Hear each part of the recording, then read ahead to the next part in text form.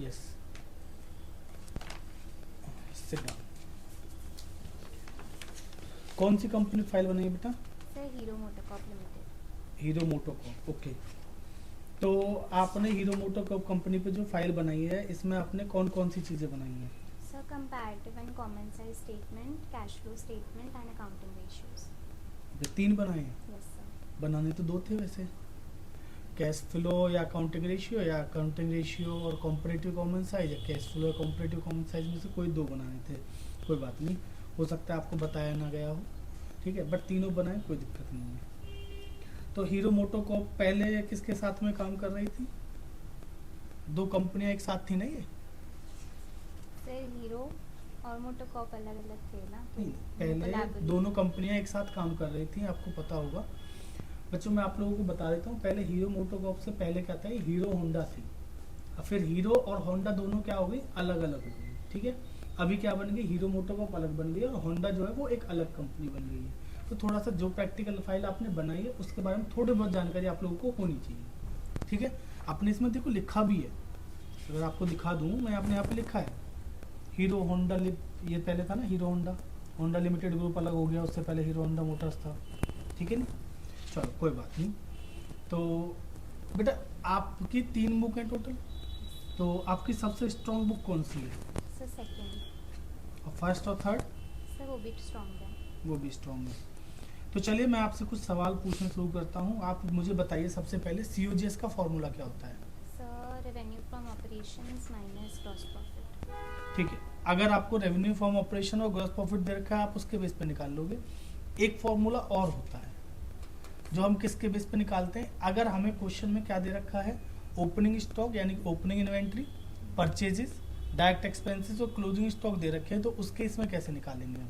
Sir direct expenses plus opening stock minus closing stock. हाँ, लेकिन एक चीज आप भूल गए, परचेजेस। परचेजेस। तो बेटा Plus अगर expenses। आपको COGS के फॉर्मूले की बात की जाए, तो COGS का एक फॉर्मूला क्या होता है, opening stock plus purchase plus direct expenses minus closing stock, और दूसरा क्या होता है, सेल्स माइनस ग्रॉस प्रॉफिट, ठीक है। तो सेम वही फॉर्मूला है। आप नर्वस हो रहे हो क्या आप? नहीं, घबराने की बिल्कुल जरूरत नहीं है। अच्छा, आपने कैश फ्लो बनाया, तो कैश फ्लो आता भी होगा आपको। तो कैश फ्लो में ये जो आपने नेट प्रॉफिट बिफोर टैक्स निकाला, net profit before tax and extraordinary item जो निकालते हैं, तो इसको निकालने के लिए कुछ चीज़ इसमें क्या करनी पड़ती है, जो हमारा इस साल का प्रॉफिट होता है उसमें प्लस करते हैं। Yes. क्या क्या प्लस करते हैं, 2-3 आइटम बता दो बस। Sir dividend, provision for tax and general reserve. Dividend और प्रोविजन फॉर टैक्स and और general जनरल reserve। रिजर्व, बहुत बढ़िया। अब मुझे एक बात बताइए, डिविडेंड अगर आपको suppose propose dividend is given, question में नोट टू अकाउंट में प्रपोज डिविडेंड दे रखा है, करंट ईयर का और प्रीवियस ईयर दोनों का दे रखा है, तो कौन सा वाला लेंगे, कौन सा वाला प्लस करोगे? सर ओपनिंग क्लोजिंग दोनों कर सकते हाँ, हैं। ओपनिंग वाला और क्लोजिंग वाला दोनों दे रखे हैं, तो कौन सा वाला प्लस करेंगे जब हम net profit before tax and extraordinary item निकालेंगे तो? सर नेट करेंगे प्लस। हाँ, देखो आप जो बोल रहे हो, क्या आप उस पर बिल्कुल श्योर हैं? मैं फिर से एक बार आपको मौका दे रहा हूँ, सोच। प्रपोज्ड डिविडेंड है ये, ध्यान से सोच के बताओ। बाकी फाइल तो आपकी अच्छी है जी। Sir I think it depends कि कब कि हमें उसका इक्विटी शेयर कैपिटल का ओपनिंग हमने कब इशू करें हैं। इक्विटी शेयर कैपिटल की तो बात ही नहीं हो रही बेटा, प्रपोज डिविडेंड की बात हो रही है। प्रपोज डिविडेंड यानी कि शेयर्स पे जो पैसा इनकम दी जाती है उसको डिविडेंड बोलते हैं। तो प्रपोज डिविडेंड ओपनिंग पे देखते हैं, ओपनिंग वाला प्लस करेंगे या क्लोजिंग वाला, ये बता दो बस। ओपनिंग वाला। बच गए आप, है ना। आपको बता देता हूँ बच्चों, अगर आप लोगों को नहीं पता है, प्रपोज डिविडेंड अगर आपको ओपनिंग और क्लोजिंग दोनों दे रखे हैं, तो उस केस में हम सिर्फ ओपनिंग वाला जो होता है प्रपोज डिविडेंड, वही फाइनेंसिंग में माइनस करते हैं, उसी को हम ऑपरेटिंग में क्या करते हैं, प्लस करते हैं, ठीक है। ये लड़की तो यहाँ पर बच गई, लेकिन आप हो सकता है अपने एग्जामिनर के सामने फंस जाओ, तो इसलिए पढ़ लेना। समझ में आ रही है बात? ठीक है जी, अच्छा नाइस। तो बेटा ये जो आपने करंट रेशियो निकाला है, करंट रेशियो का फॉर्मूला तो आपको याद ही होगा, ये तो सबसे आसान होता है। क्या है? Sir current assets upon current liabilities. थोड़ा तेज बोल लो। Current assets upon current liabilities. Current asset upon current liability, इसका एक आइडियल रेशियो होता है। सर 2:1। और लिक्विड रेशियो का सर 1:1। 1:1। ठीक है, गुड। अच्छा मुझे बताइए, ऑपरेटिंग रेशियो और ऑपरेटिंग प्रॉफिट रेशियो का एक टोटल होता है, वो कितना होता है? 1 बोल सकते हैं या 100 बोल सकते हैं, ठीक है, बट वो परसेंटेज में होता है, इसलिए 100 बोलना ज्यादा प्रेफरेबल होगा। 100। बेटा ऑपरेटिंग रेशियो और ऑपरेटिंग प्रॉफिट रेशियो मतलब इन दोनों का जो सम होता है वो 100 होता है, ठीक है, क्योंकि वो परसेंटेज में होता है तो 100 बोलना ज्यादा वो होगा। अगर आपको ऑपरेटिंग रेशियो दे रखा है क्वेश्चन में 40%, तो ऑब्वियस ही बात है ऑपरेटिंग प्रॉफिट रेशियो कितना होगा हमारा? 60% होगा। सिंपल सा सवाल है, ठीक है जी।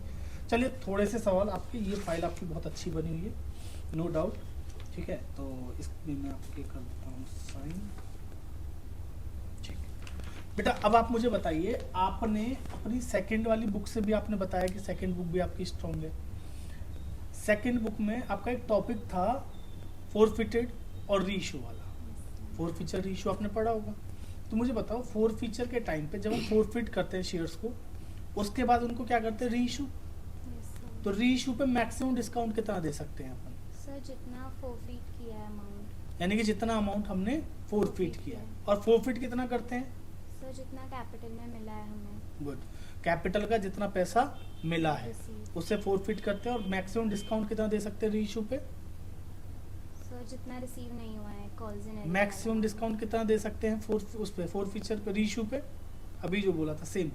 अभी आपने पहले जो बात थी वो सही बोली है, ठीक है, लेकिन दूसरी बार में आप गड़बड़ कर रहे हो।